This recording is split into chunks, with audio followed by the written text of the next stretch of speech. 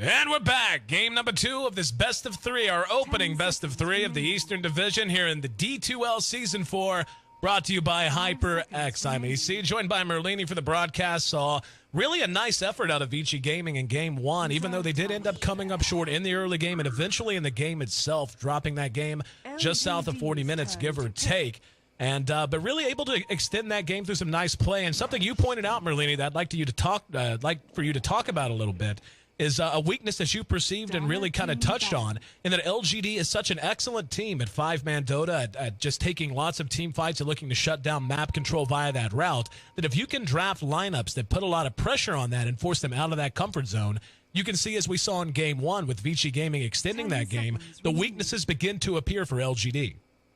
Yeah, I think that Vici's gaming was actually, their draft was pretty good. They had the Elder Titan to kind of counter initiate and to turtle up their T2s or T3s if they wanted to, and they had Weaver and Nature's Prophet to split push, even though Clockwork proved to be a thorn in their sides when they tried to push. But for the most part, even with that, LGD was traditionally seen as, okay, we'll lose our lanes and then we'll come back with 5-man and we'll crush you in all the team fights and then we'll win the game. That was their game plan before. Now it's kind of more evolved into, hey, we can actually get an early lead. And then if we can win with like no lead before, and imagine what we can do with an early lead. So now they've kind of evolved into putting a little bit more pressure early, but in terms of like their movement, still it's very, very lacking in 10 to 20 minutes, and they're not actually that good at like forcing the issue. Their lanes are always getting pushed out. Nature's Prophet is always being annoying, threatening to take a T2 if you want to even try and push a T2. So they need to do a little bit better job splitting up into groups of 2s, groups of 3s, and just getting kills around the map. Something like Nyx Assassin would be very good at that.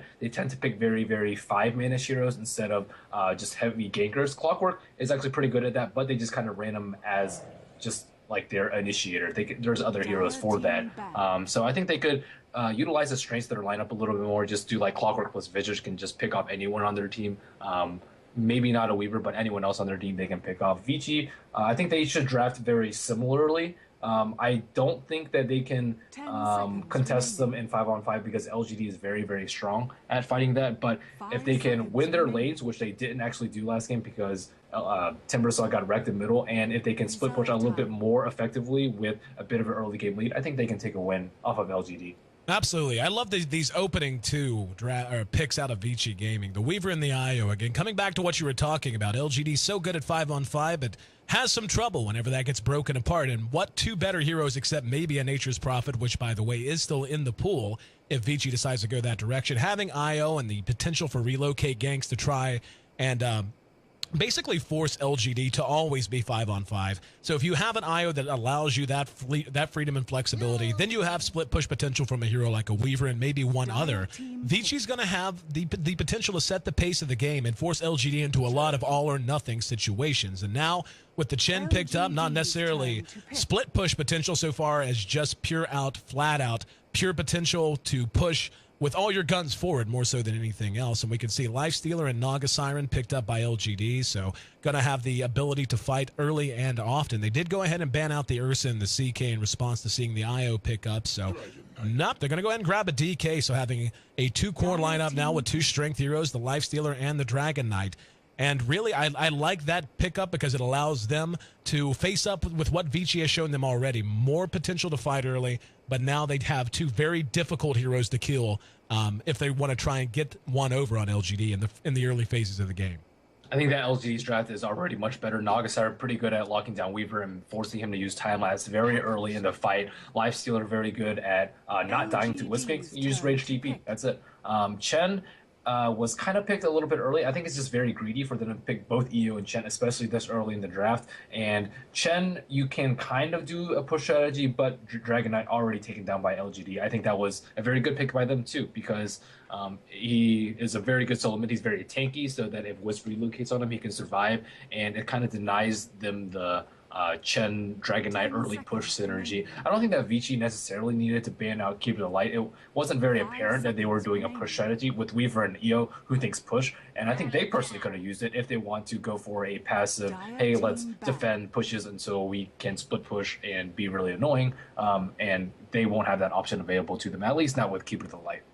Well, one thing I like out of Vici so far, or excuse me, one thing I like out of LGD is their potential, if they want to run an aggressive tri-lane. That's still very much there. They're going to be up against the Chen, who's going to be in the jungle, and an IO, not known as the strongest laning phase hero in the world. You will have an Alchemist that'll likely be their farmer, depending on what they want to do with the Weaver. They could safe lane the Weaver and run the Alchemist mid, though, anticipating a Dragon Knight mid. Certainly would understand that decision.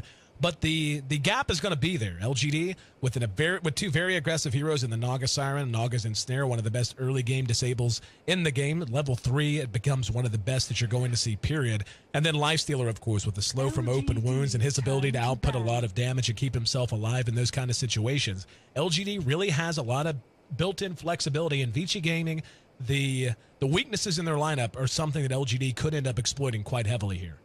They have 4 melee on their team. That's something that you very rarely see on the side of LGD. It's going to hinder their mobility a lot. It's going to make their laning a lot more difficult. They ban out Ursa too. I think Ursa's a very smart ban. Ursa does very, very well versus Lifestealer and versus Dragon Knight. Both of them very high armor heroes. Most of the partners with Wisp just rely heavily on physical damage, but with the Fury swipes, you can just take them down very, very fast, BKB or not. Vici waiting to show us their final pickup here. That'll give us an absolute idea of how they're going to run their lanes. I mean, the IO support's guaranteed. Chen in the jungle. Alchemist or Weaver could potentially go mid. They could be looking for an offlaner. The Nature's Prophet is still available if they wanted to go with something like that and just run a swarm, sort of a approach to trying to get towers down and then combine that with split push potential later on. Or they could look to shore things up in a way that's going to give them the ability to try and deal with what LGD, the punching power that LGD is going to have very early. They have great initiation from the Clockwork, and they're going to show us a Spirit Breaker. So Spirit Breaker joining the Alchemist and the Weaver as potential damage dealers. Taking a look at the way these lanes are likely to shape up, Merlini, tell me what you think. And now we see the Rubik pick up that final support grabbed by LGD.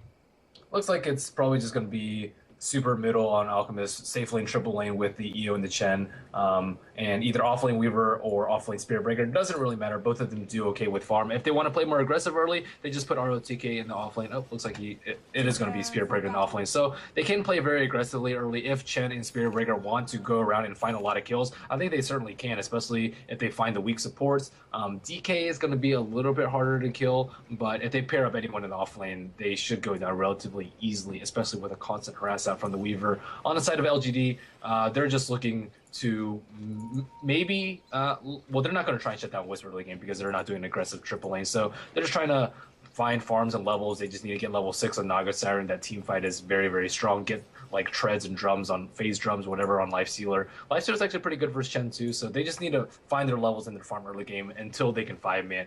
Vici, again, they have the early game pressure on them. It's very similar to what we saw last game. LGD with the first pick Naga, just very, very focused on that team fight. 30 seconds. Game number 2 of our opening series. LGD takes on VG, and 1 game lead currently in favor of LGD China. So looking to make this a 2-0 sweep. That would be their second sweep of VG in the last month or so. The last time they met, once again, they split their A series 1-1. So VG has shown before that they can get one over on LGD. Make no mistake. A great game 2 on the way. Let's take a look at the lineup, see who's handling who. Zhao 8, who had a great game out of mid on Razor. This time he'll be on the Dragon Knight. Rubik going to be played by DDC. We're going to have DD playing on the Naga Siren. Clockwork will be handled by Yao, and the Lifestealer going to be played by Rabbit. On the other side of the river, we're going to have ROTK setting up shop in the offlane here. On our Space Cow, the Spirit Breaker, we're going to have IO played by Fenrir this time around. Super, who really came out on the bad end of things early, never really had a chance to catch up on Timbersaw, and even once he did get his Bloodstone up and start to feel relevant in Game 1, just a bit too late. Going to look to have a better performance now on the Alchemist here in Game 2. Weaver going to be played by Tutu for the second game around, played very riskily and very, very effectively. Unfortunately, just not enough to get his team over the hump. And Chen going to be handled by FY, who's already made his way into the jungle. So 2 very smart things already happened by LGD. Firstly, they dropped their smoke back here. So Naga Siren had a smoke, and he dropped it back here so that they have no idea whether or not they have a smoke in their inventory. They think they don't have a smoke, but it's just chilling by the tower, so that their mid player probably won't expect a smoke gank. Second thing that was very smart was Rabbit moved up over here to scout out the lane when it was coming along. He wanted to see if, ROTK under a little bit of pressure, is he going to die? Got to charge away, DD. Only level 1, had his first point in a Riptide, no ensnare. ROTK forced to expend quite a bit of mana and, of course, move out of the lane momentarily. One of the reasons Spirit Breaker can work in a situation like this is the escape built in to his charge, but In the meantime, run out just a bit. VG getting what they want done up here, but Yao with a lot of creeps in front of him. Once again, we're going to see a clock where it gets a decent amount of early experience. And yeah, he's almost level 2, doing pretty well. So yeah, the Lifestealer was stood up here to scatter out the lanes. There's some shenanigans that you can do. Wisp can like tether the first creep with the creep wave, and with the extra move speed, it like runs into the tower. So your wave is actually pushed up to the tower, and then your next wave will be pushed at your tower. So you have lane control that way. And Spirit Breaker can also do that with level 1 empowering haste. And they can. It also gives them more information about the lanes, whether he needs to drop a sentry early, drop an observer reward so they can zone him out. So smart play by Lifestealer. Their early game is just going to be pretty much farming everywhere. Chen already with 12 last assists, but he is just creeping on neutrals. Lifestealer with very high amounts with 12. Mid lane just looks like a farm war. Both of them sitting around 9 to 10 CS.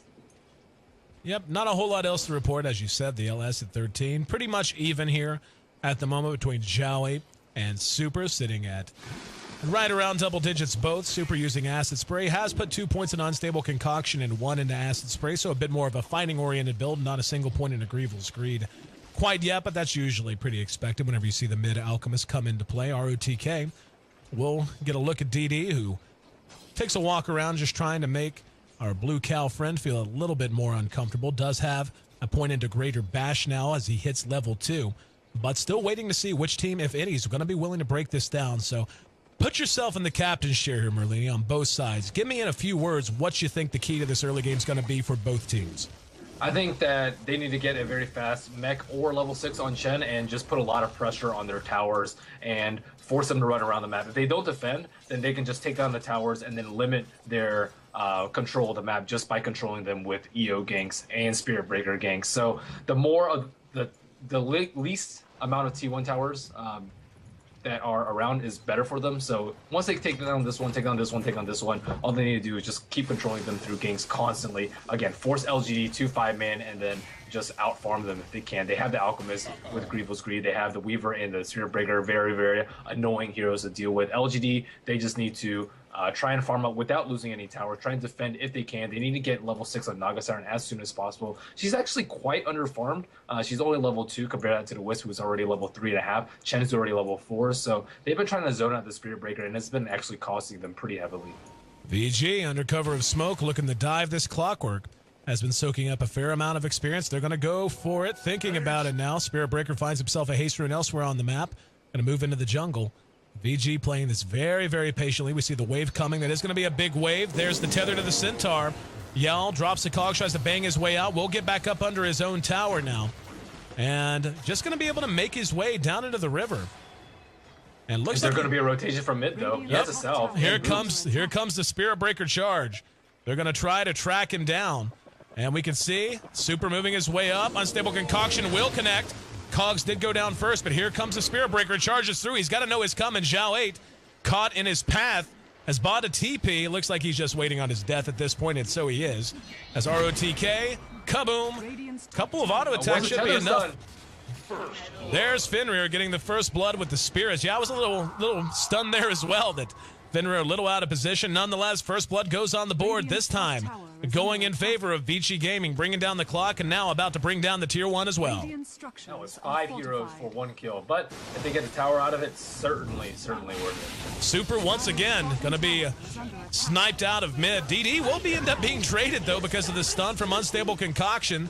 The burn from the Acid Spray combined with some ill-timed up. Hang on, ROTK actually 8 open wounds. Looks like he will be able to make it away safely, but the tower switching its damage to the Naga Siren, that plus the burn from Acid Spray made it a 1-for-1 trade, even though obviously the Alchemist not there to get the experience.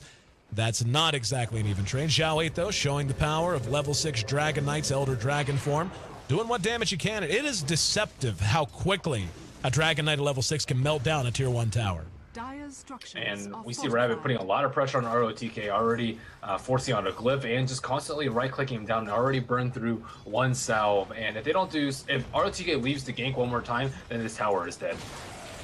ROTK, not a whole lot in his inventory to speak of. Was a part of that 1 kill as Brown Boots and a Gauntlet Rabbit, though, already making lots of progress. He just completed his wand and picked up a bracer to go with his set of phase boots, so his damage output really not that bad for this phase of the game at all.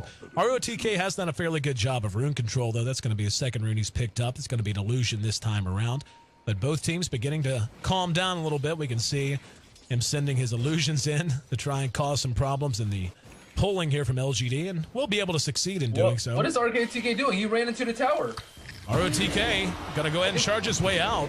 I think maybe he was trying to micro his illusions. Got telekinesis. He's now in a lot of trouble. He's going to try to TP away. Do they have the damage? They do. Infest, enough to punish. Some ballsy play coming out of ROTK. Make that 2-2. Yeah, he just like ran into the tower and then got open wounds right here. Like I have no idea what he was doing unless he was microing his illusions and then just lost control of his zero. That's probably one of the only plausible explanations that I can come up with.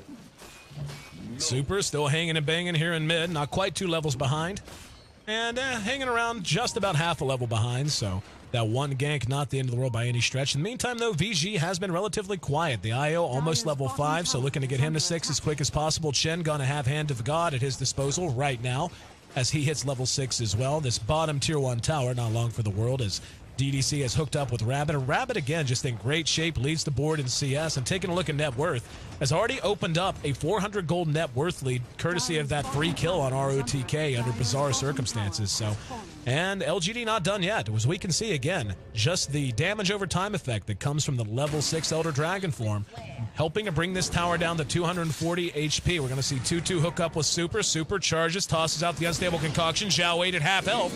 Going to see the cogs lock down 2-2. Fenrir hooks back up. Zhao 8's the target. But in the meantime, Rabbit re-engages FY. Caught a bit out. Uses Hand of God to keep himself alive. He will be able to make it away just barely. DDC, yeah, he won't be as lucky. Good double man stun. And Zhao 8 caught up as well. Super tossing out the unstable concoction. Caught Rabbit as well. Now trying to rage his way to safety. Here comes the TPN. We're going to see the Naga Siren drop. Buyback from Zhao 8 as he's ready to re-engage. ROTK splits up from Super. Super looking for a target. Finds one. Rabbit infests away from it. Back out. 2-2's right on him, though. And now Super under assault. Open wounds are there. And the Rubik ready to fight as well. They're going to get the kill on the Alchemist. Up at the high ground, we see Yao and Zhao 8 pursuing out our Spirit Breaker, who does not have charge. 2-2's there to try and help him out. Rabbit's right behind him, does not have open wounds. Too much mana. 2-2 though. Caught in the cogs. We're going to see DDC get 1 kill and a second on Weaver as well. VG, who looked to have taken that fight in convincing fashion, got a little too big for themselves as they pursued LGD out. And LGD, with a couple of buybacks, manages to turn that fight around and take the tier 1 as their prize. Well played from LGD China. Yeah, 2 fantastic plays there by LGD. First was the infest dodge on the unstable concoction that was coming. It was 1.5 seconds left on the unstable concoction. That would have been like a 3.5 second stun about. And he dodged it with infest and then just turned around and killed the Alchemist. And then the Spirit Breaker charge steal from the Rubik onto the Spirit Breaker. And then he charged the Spirit Breaker, stunned the Weaver, got him trapped inside the cogs, and then killed the Spirit Breaker afterwards. That totally just sealed the deal for that team fight. Beautiful sequence of events there for LGD. Taking a look as we approach 10 minutes. Just look at what a turnaround that was. And speaking of turnaround, DD, better be careful as we see ROTK making his way there. He's just got brown boots, working on an urn with 2 gauntlets and a Sage's Mask. DD, level 4, the Spirit Breaker, level 6, so he does have his ultimate in play. And here comes the IO. Move in as well, and ROTK leading things off. Guaranteed kill on DD. We are going to see Rabbit and Yao come back in. They've got him trapped, and here comes Rubik once again. Fenrir, telekinesis back down. ROTK caught as he fell to earth. And a big gank on Naga Siren turns into a big mistake for Vici Gaming. 9-7 as LGD makes it 3 for 1.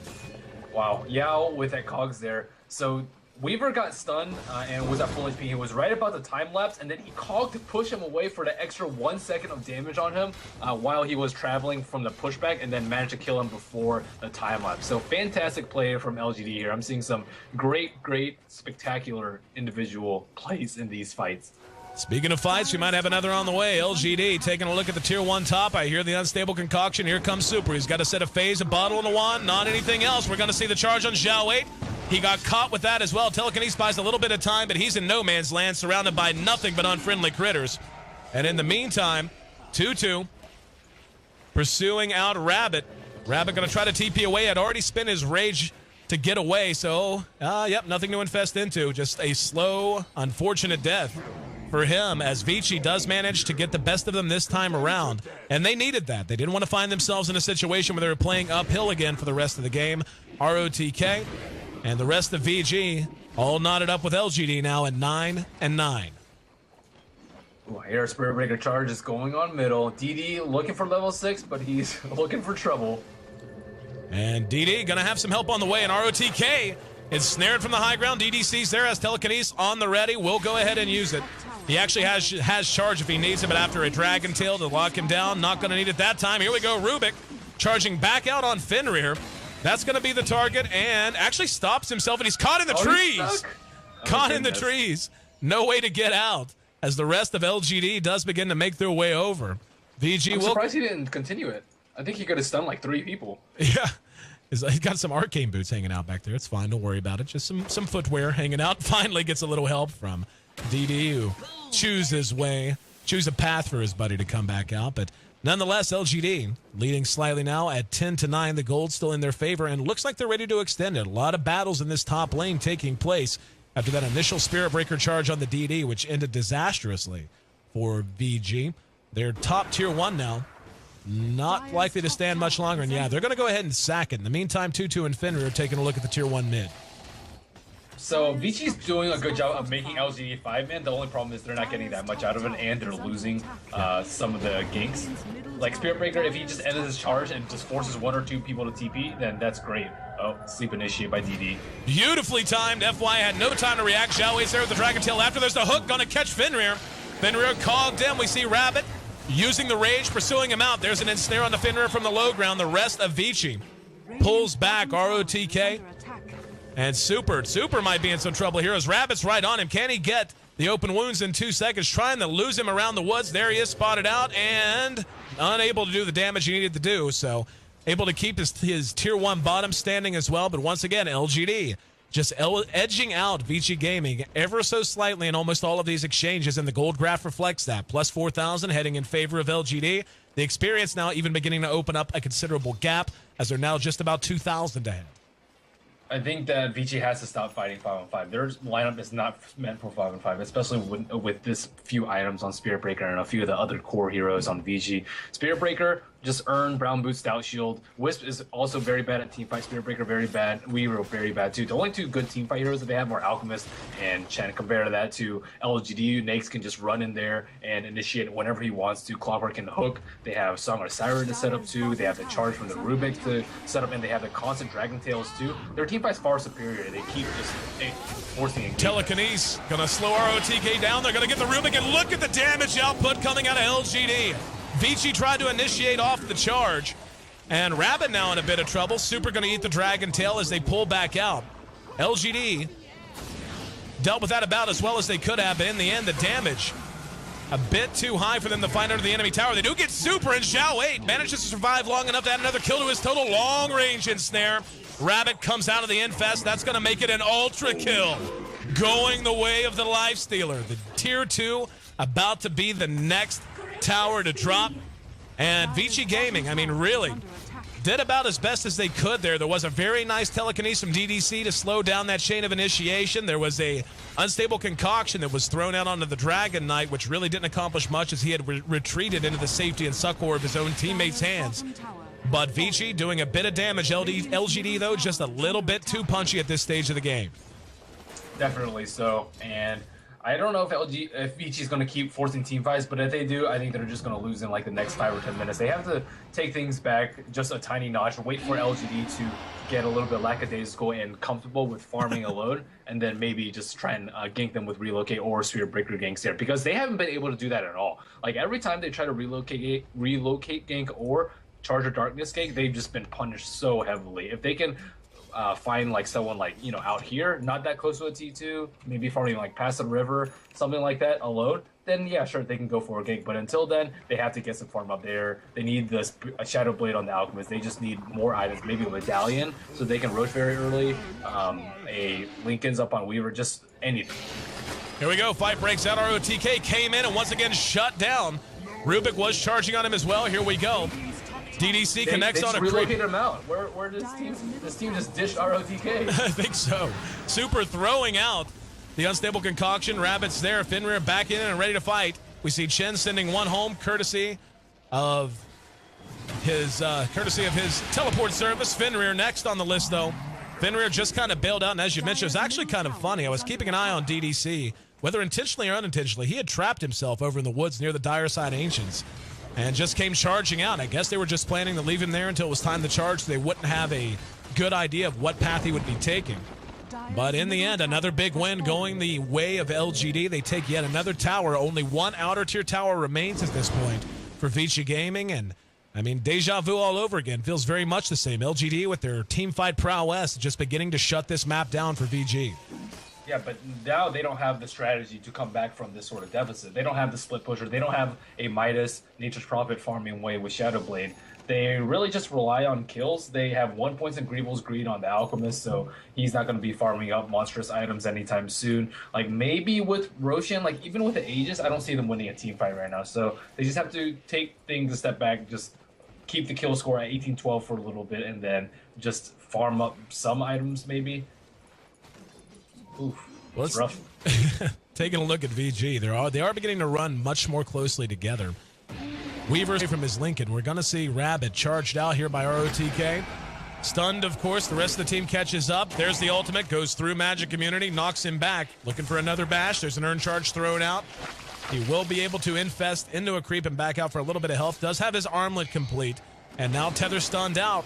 Got a lot of help on the way. If they're going to kill him, they better do it soon. And now LGD back to the rescue. DDC manages to catch ROTK yet again. Ensnare guarantees yet another kill. Heard the hook from Clockwork. I do see that FY did manage to get somebody home.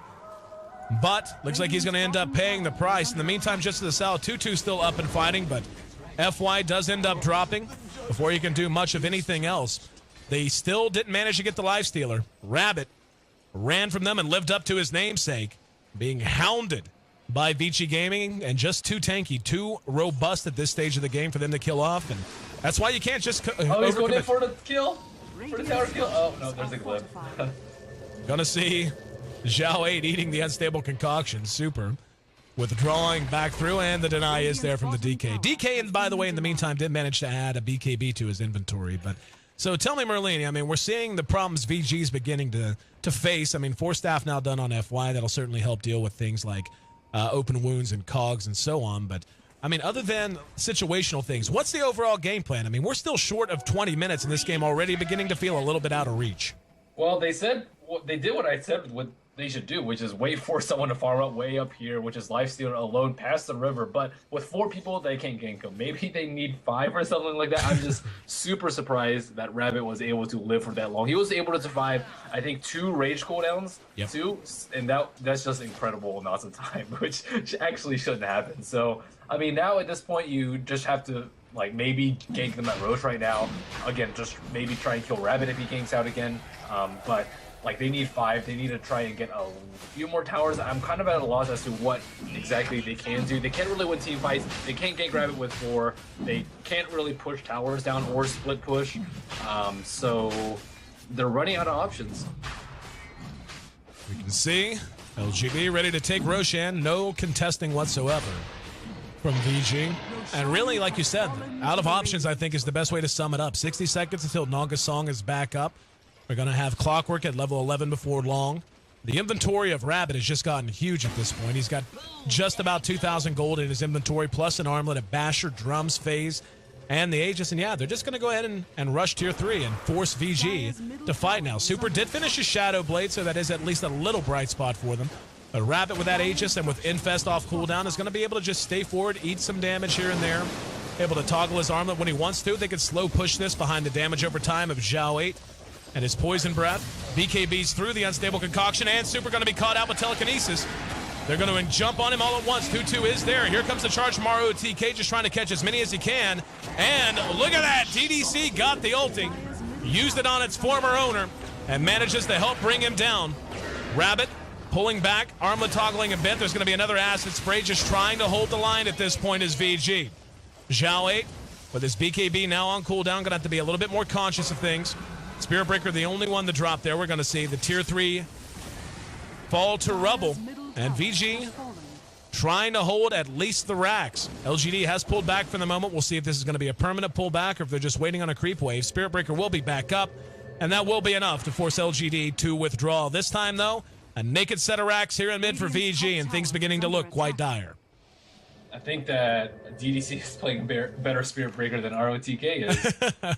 I think that's one of the things as Spirit Breaker. You kind of do have to ban out Rubik. He has very low cast animation, so he can typically lift up people during the charge, and he can still charge and ultimate. Both of those are very, very strong spells, and you're guaranteed to get either of them.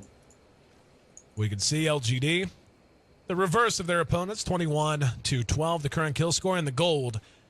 Yep, pretty much out of hand is the way I would put it. We're 22 minutes in, and at this point, we can see that LGD has built greater than 500 gold per minute lead in the first 22 minutes of this game. The experience, not quite into 5-digit territory, but certainly beginning to sniff around it. And VG, at this point, again, whenever you have a Chen, even with an Alchemist, who, of course, can make up a lot of farm with the strength of Grievel's Greed, still only has 3 points into it. But even with a hero like that, really, with an Io and a Chen, this is just not a position you can afford to be in at 22 minutes into the game. I mean, obviously, those heroes do begin to see their limitations reached as the game gets later, but this is when they should be shining, especially with the Shadowblade Alchemist, and really, VG has just been outclassed from the word go. Yeah, let this be a lesson to other teams that LGD is very, very good at defending early aggression. And I think both games they went with like a somewhat early aggressive strategy. Vici Gaming did, but LGD just punished them very heavily in both games and outfarmed them, got more kills than them, outpushed them, and teams have to go for different strategies. Joe 8 eats the unstable concoction. There's going to be the re-engagement on the Super. Super just getting blown apart at this point by Rabbit, who is doing so much damage. 230. Here we go. ROTK comes in. Dragon Tail locks him down. There's a hook as well. ROTK eating some damage. We see FY locked in by the clockwork. Super gets off another unstable concoction. But look at the damage output coming out of this team. And just as a victory song, DD using Song of the Siren 2-2 time lapses. It goes absolutely nowhere. GG call. Make that 2-0, and the first series of Season 4 of the D2L, brought to you by Kingston HyperX, is in the books. LGD really putting on a show here against Vici Gaming in Game 2. They're going to walk away from this series 2-0 victors, Merlinian. Really, I think it was the same thing in both games. LGD just showing that in that kind of Dota, when it comes to defending aggression or putting it on with a full 5-man team, just a step ahead of the competition.